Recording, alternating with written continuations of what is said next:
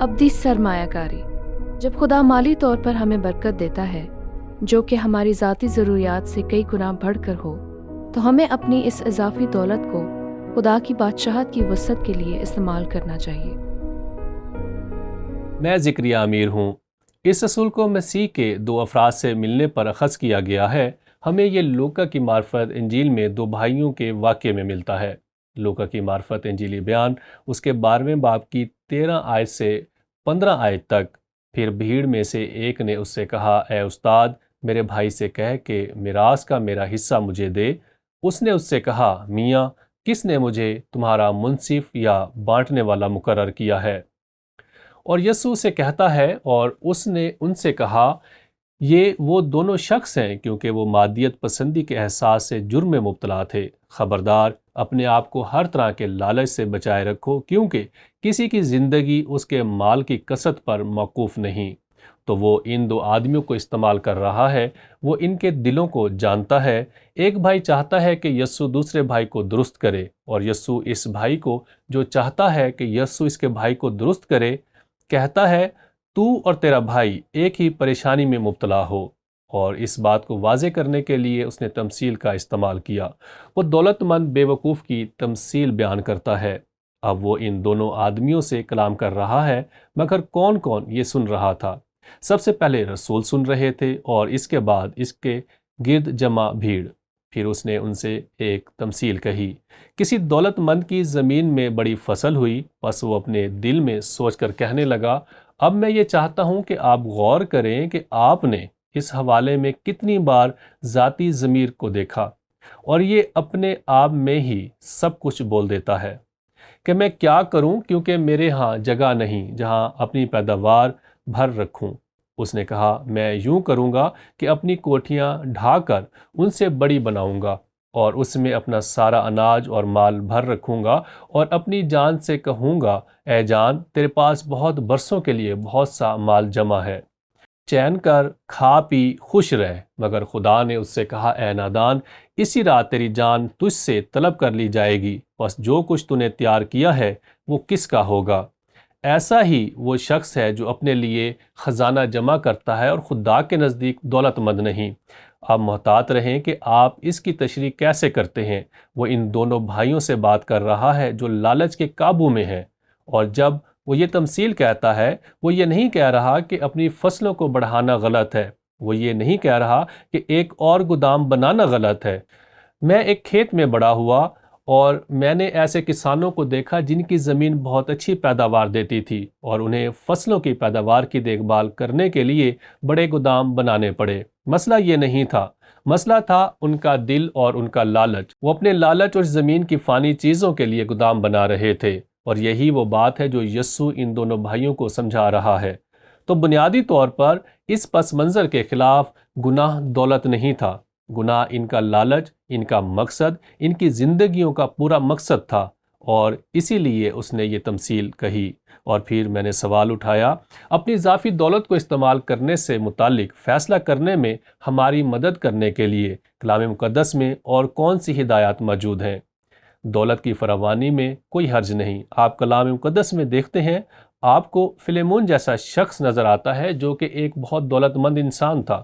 آپ کو کرنیلیس جیسا شخص نظر آتا ہے جو کہ ایک بہت دولت مند انسان تھا۔ وہ مسیح بن گئے، وہ یسوع کے پیچھے چل دیے، اور اس کے بعد بھی پولس نے یہ نہیں کہا کہ اپنی تمام دولت سے چھٹکارا حاصل کرو۔ ہاں، اس نے خدا کی بادشاہی بنانے کا ضرور کہا ہے۔ اپنی اضافی دولت کو خدا کے جلال کے لیے استعمال کریں۔ ہاں، اپنی ضروریات کے مطابق اس کا لطف اٹھانے میں کوئی برائی نہیں ہے۔ شکر گزار رہیں، اپنی برکتوں کے لیے خوشی منائیں، لیکن اس کو اپنے پر سوار نہ کر لیں۔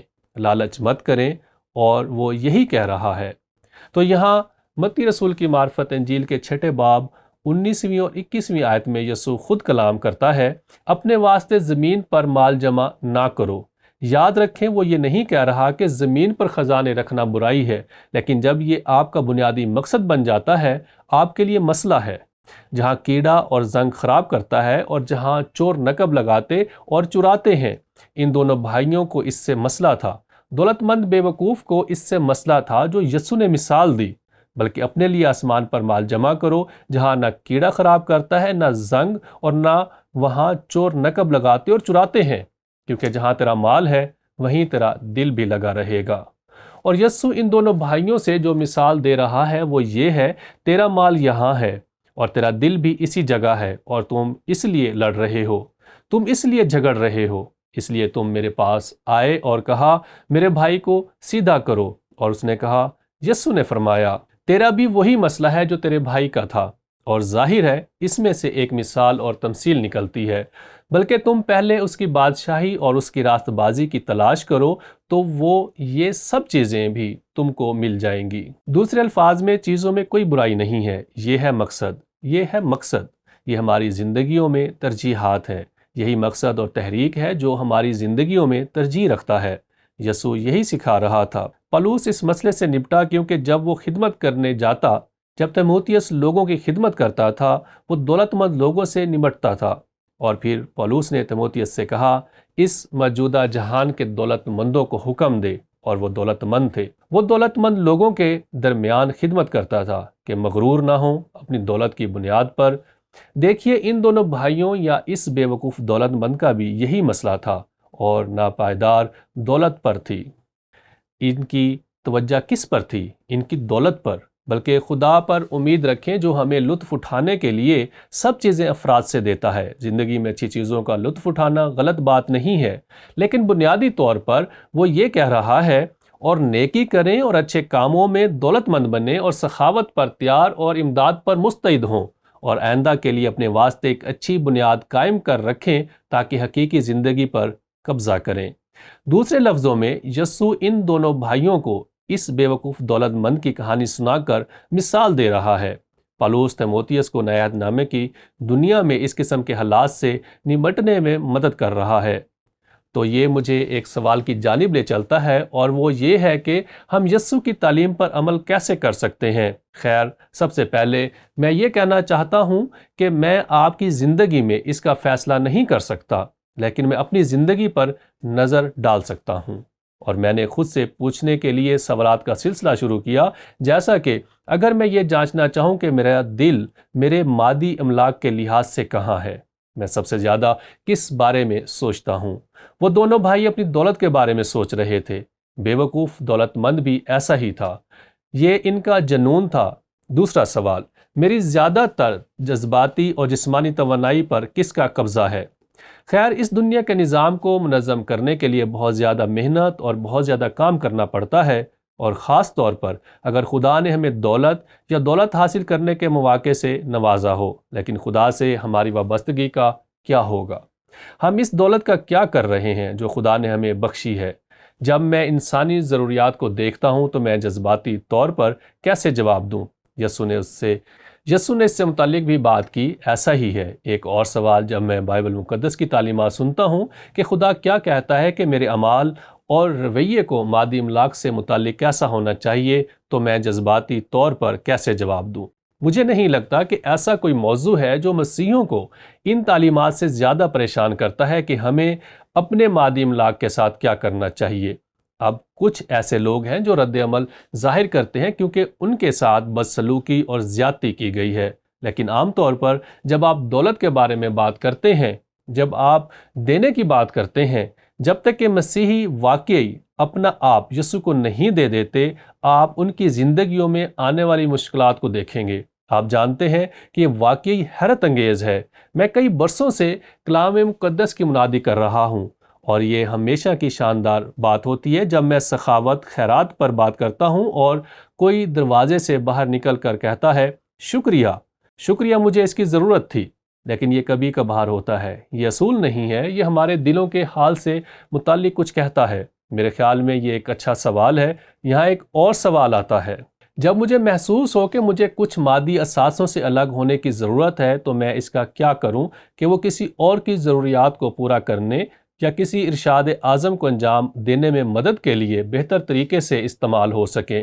میں خود سے یہ سوال پوچھ رہا ہوں۔ یہاں ایک اور سوال ذہن میں آتا ہے، میرے پاس پیسہ کمانے کے علاوہ اور کیا ترجیحات ہیں، جیسے کہ خدا کی عبادت کرنا، خدا کا کلام سیکھنا، اپنے خاندان کے ساتھ اچھا وقت گزارنا، اپنی کلیسیا میں دوسروں کی خدمت کرنا، معاشرے کو بہتر بنانا۔ اپنے دل کو جانچنے کے لیے یہ ایک بہت اچھا سوال ہے۔ اور پھر آخر میں، جب میں دیتا ہوں تو میرا رویہ کیسا ہوتا ہے؟ آپ کو یاد ہے کہ پالوس نے کیا کہا تھا؟ خدا خوشی سے دینے والے کو پسند کرتا ہے، اور یہ ان امتحانات میں سے ایک ہے جس سے ہم اپنے دل کو جانچ سکتے ہیں۔ تو آئیے اس زندگی کے اصول کو یاد کریں۔ جب خدا مالی طور پر ہمیں برکت دیتا ہے جو کہ ہماری ذاتی ضروریات سے کئی گنا بڑھ کر ہو، تو ہمیں اپنی اس اضافی دولت کو خدا کی بادشاہی کی وسعت کے لیے استعمال کرنا چاہیے۔ اور واقعی میں آپ کی طرف سے اس سوال کا جواب نہیں دے سکتا، کیونکہ میں خود کو اس سوال کا جواب دینے کی کوشش میں مصروف ہوں، اور یہ سوالات مجھے یقین ہے صحیح فیصلہ کرنے میں آپ کی مدد کریں گے۔